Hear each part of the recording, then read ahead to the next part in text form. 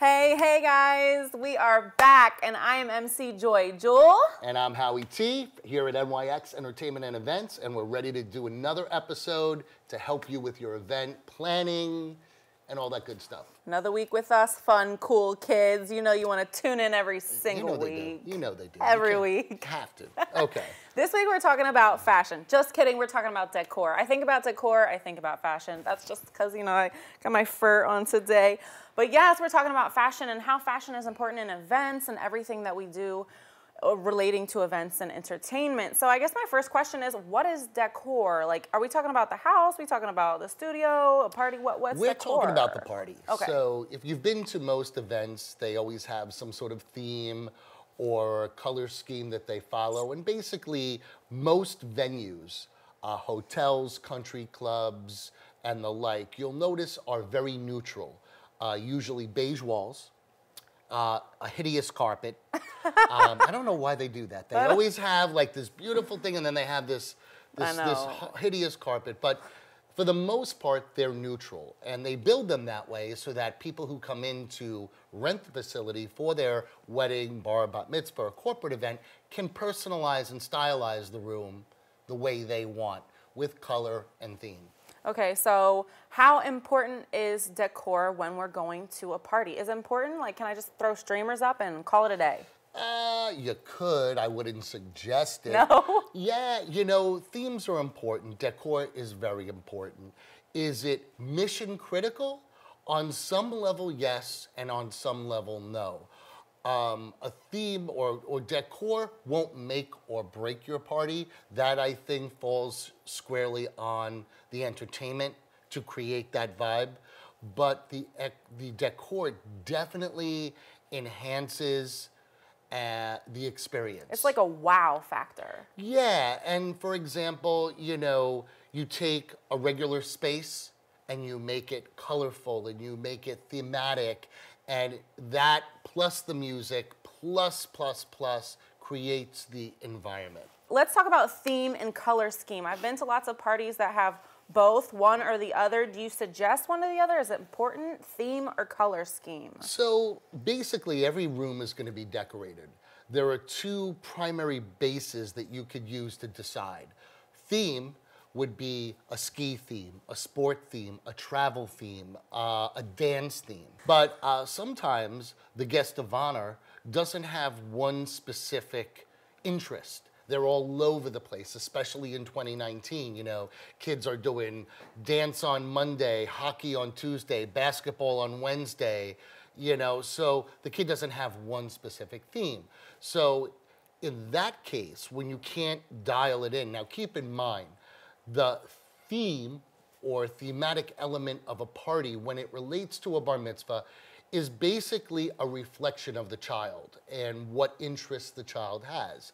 So if the child doesn't have a specific interest, a great way to go is color theme. So if it's a boy and his favorite color is blue and silver, you anchor it with a black or a white. If the girl's favorite color is pink and lime green and orange, you know, you go with a color scheme. So you could do thematic or you can do colormatic. Either way, it'll be a base for you to decorate and create that experience. So I did have a question. This kind of goes along with budget. Like, could I decorate my own party? Do I get my planner, my planner's cohort? Like, what's the budget as far as decor? So budget, like anything else, is paramount. It's a discussion like we've talked about in other episodes. Anything in life, you must have a budgetary discussion. From my experience, the biggest part of your budget will be food and beverage and venue, then your entertainment, and or that might tie in with decor. But the point of it is that a budget or an allocation of a portion of your budget should be set aside for decor. For decor. Now, as far as your other question, do you hire a professional? Can you do it yourself? You could, but I wouldn't suggest it. You'll never do the decor as well as a professional who's been in the business 20 years. I don't care how great your friends tell you, oh, it's the best I've ever seen. Professionals are professionals, and they get paid their money because they are worth their weight in gold for the right one. But where I see clients making a mistake is they're over there schwitzing and sweating and hanging stuff and this, that. Schwitzing, you know? And they're going, they're setting this whole thing up. And then by the time they're done getting the room the way they like it, all of a sudden their guests are practically walking in. They don't even have time to run home. They're like in the bathroom changing in a stall. Now they come out all sweaty, skavats. Schwitzen and skavats. We're gonna put that in the book. Well, they come out like that, and now they basically made themselves a worker at their own party. You know, a party or a special event, I say treat like a vacation. You want to be served.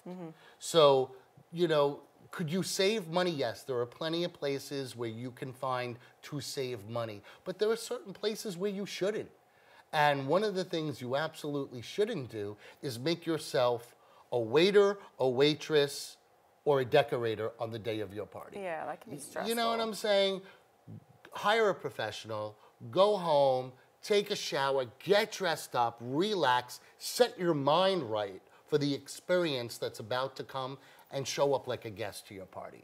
So one of the awesome things about Howie is he has tons of awesome stories. And I love to hear all his crazy stories. And I'm sure some of our viewers would like to hear about them as well.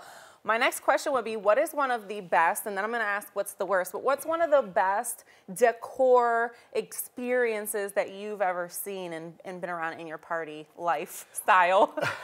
His party lifestyle.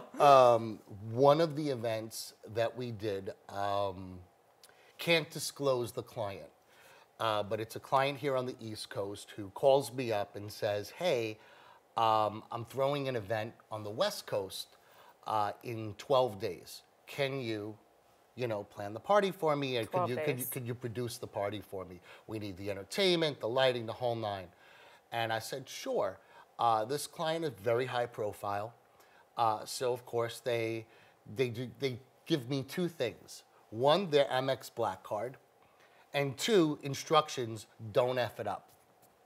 You got budget. I had no budget.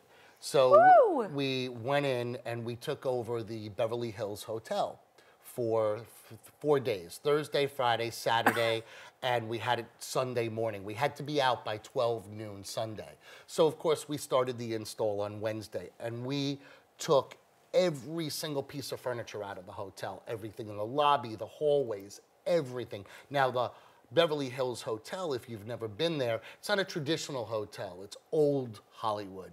So the hallways are not indoors, it's all outdoors, because it's LA, it's sunny, it's gorgeous. All the time. All the time. Yeah. But every piece of furniture was replaced with a thematic look. In every area we had a different look.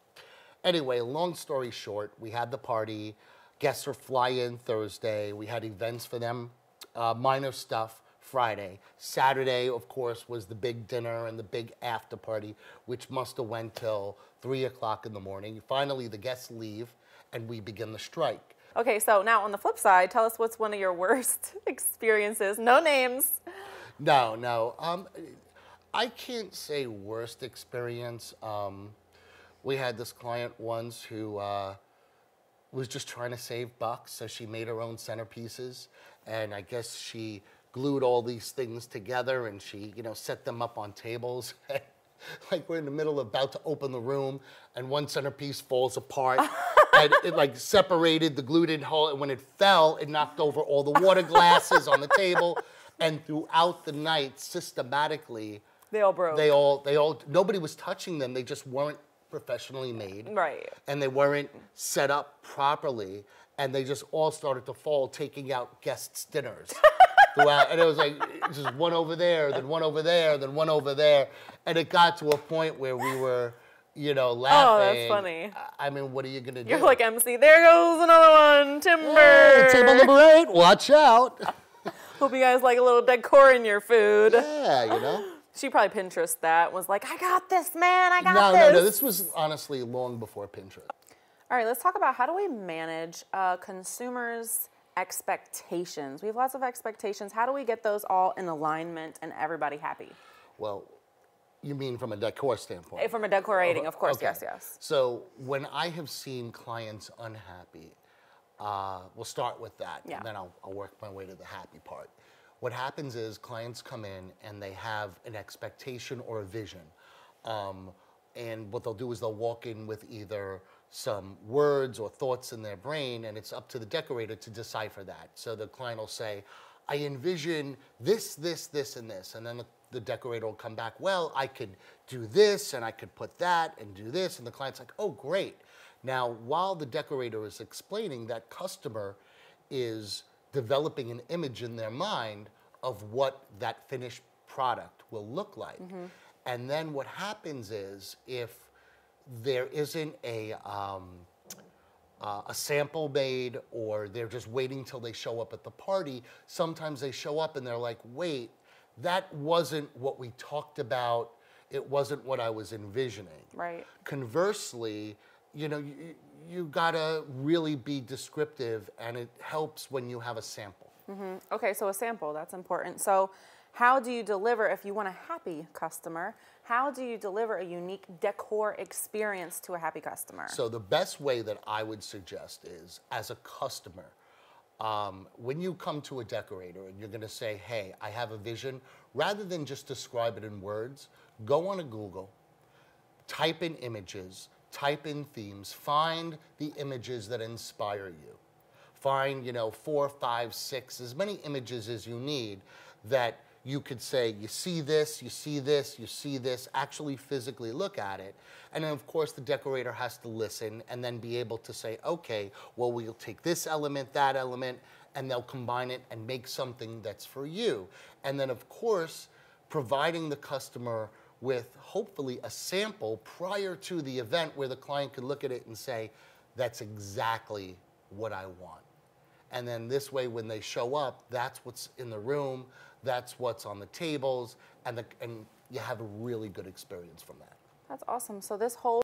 All right, guys, thanks so much for tuning in once again. I am Jewell, and we have... Howie T in the place to be. Thank you for joining us. We'll see you next week. Next week. Perfect. I love that.